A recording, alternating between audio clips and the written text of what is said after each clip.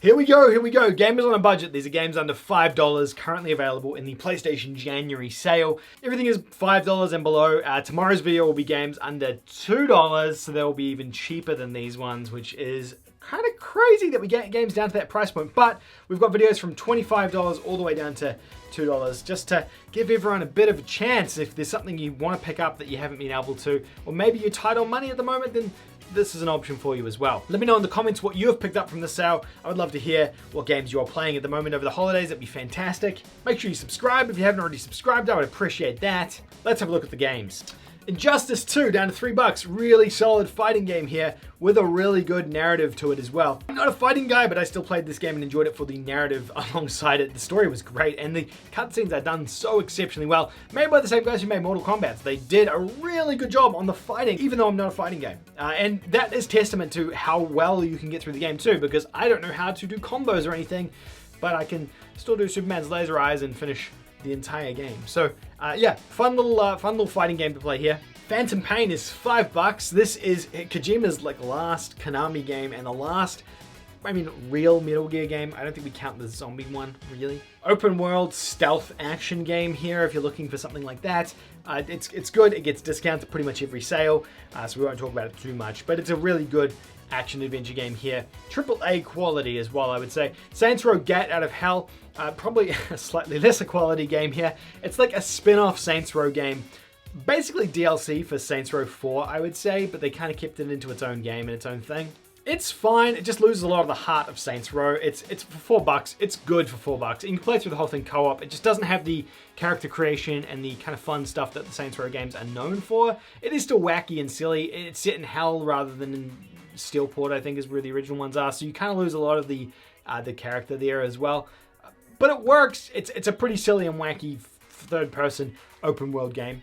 Thief is a first-person stealth game. This is, I think, what sparked off the Dishonored franchise, honestly. It's very similar to Dishonored, where you have kind of powers and then stealth action. This game gets down to $3 very frequently, though, so keep that in mind. It's not a steal or anything like that. It happens pretty much every sale at this stage. I got a bit of a bias towards this one, Ascape II. This is just a straight port of the PS2 version of the game. It's not optimized or well done or anything like that. It's old. It's like from the early 2000s, but I really like Ascape as a franchise, so I recommend checking this one out. You get to catch apes with a net.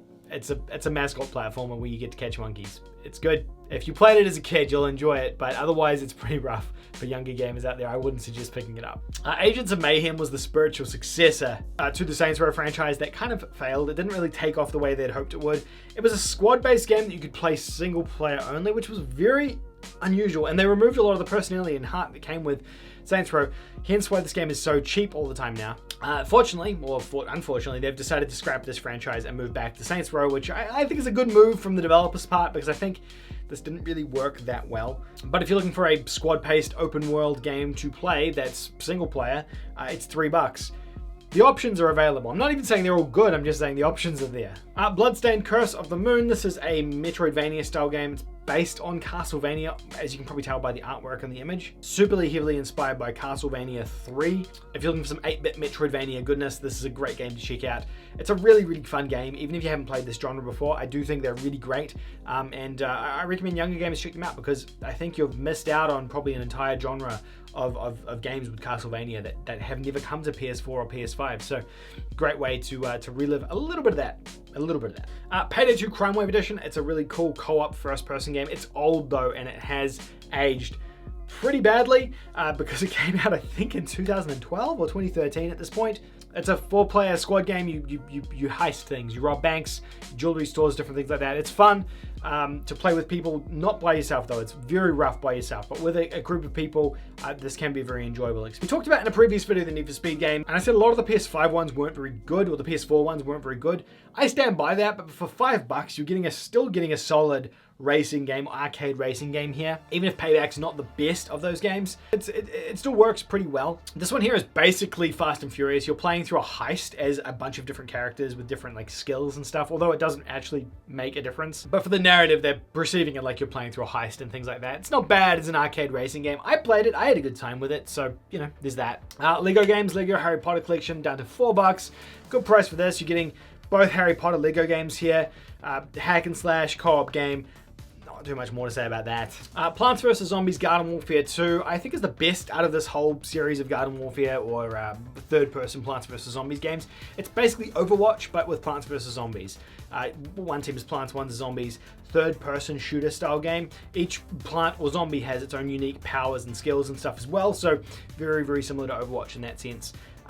It's basically a children's version of that game, or a children's version of a third-person or a first-person shooter, but it's got a lot of heart and personality to it. I played this game for hours and hours. I really did enjoy it. The newer one, I think, missed a beat because there was too much loot stuff and microtransactions and things, which kind of overcame it.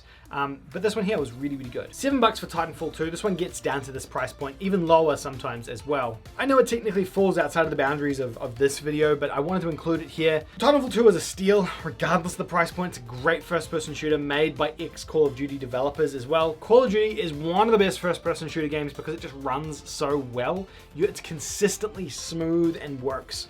Titanfall 2 is that game as well, but evolved and taken to the next level. Movement is more kinetic and involves the Titans as well, which add another dynamic to the game too. So I think that they have improved on the Call of Duty formula here. I know it doesn't fit to this video perfectly. I wanted to include it in here because it's still a really good deal and I missed it in yesterday's video. Saints Row Reelected Edition is $5 as well. This is, it was one of my favorite Saints Row games. I think 3 is better than this one because this one gets wacky. Basically, you get superpowers in this game. You can kind of fly around and destroy stuff and do superpower punches and stuff. It's kind of satisfying, but it's very silly and outrageous. If you're like a Grand Theft Auto purist, you're probably not going to enjoy it, but if you just want to go around and have a silly time, it's a really good game for that. Classic Resident Evil is $5. This is the original isometric game remastered. So if you're looking to complete your Resident Evil collection, you can do it pretty much entirely in this sale because all of the games are like this. Maybe you've played some of the other ones. This one is quite different to those ones, but it's a good place to go back and enjoy how this franchise started. It is convoluted, the story doesn't make any sense, especially if you play them all. It's crazy and wacky and wild. They tried to be clever with it. Forget about all that. It's just a different style of Resident Evil game, and I think that's a really cool thing. Golf with your friends, I want to include this is a silly one as well, but this is basically a golf, an arcade golf game. I think it's really good to play with your friends though. The physics in this game are really crazy and weird. And yeah, you just basically hit the ball into a bunch of, it's a silly golf game, but it's fun to play co-op online with some buddies.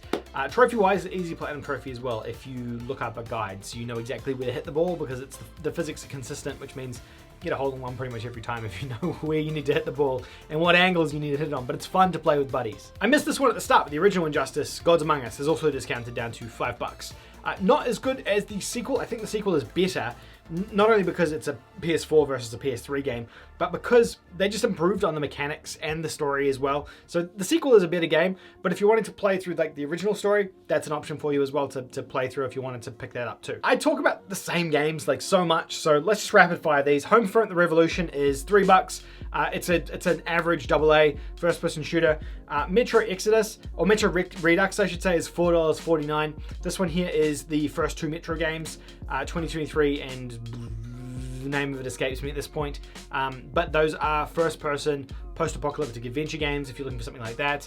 Unravel is $5 as well. This is a 2D, well, 3D, but a 2D side-scrolling adventure game. So 3 different, massively different genres there if you're looking to pick up things from those. I talk about those games so much. In fact, a lot of the stuff I hear I talk about too frequently. I'm getting bored of talking about them, so I might not recommend them in future videos, but rapid fire kind of works. Hopefully you enjoyed this video. If you did, leave a like and a comment down below. Let me know which games you're picking up from the sale, and if this video has been helpful for you. If it has, I'd really appreciate a subscribe to the channel, and I'll see you in tomorrow's video, which is $2 games. Happy New Year, everybody, especially to my Patreons and channel members. Thank you to each and every one of you fine folks for helping to keep this channel's lights running. 2022 is going to be an exciting year. I cannot wait to show you what we have in store for this channel. Thank you to everyone over here on the side of me to helping to support the channel and to keep the channel going. If you too want to help support the channel like these fine folks over here, you can do so by hitting the Patreon link in the description down below, and as little as $1 per month can help this channel out enormously.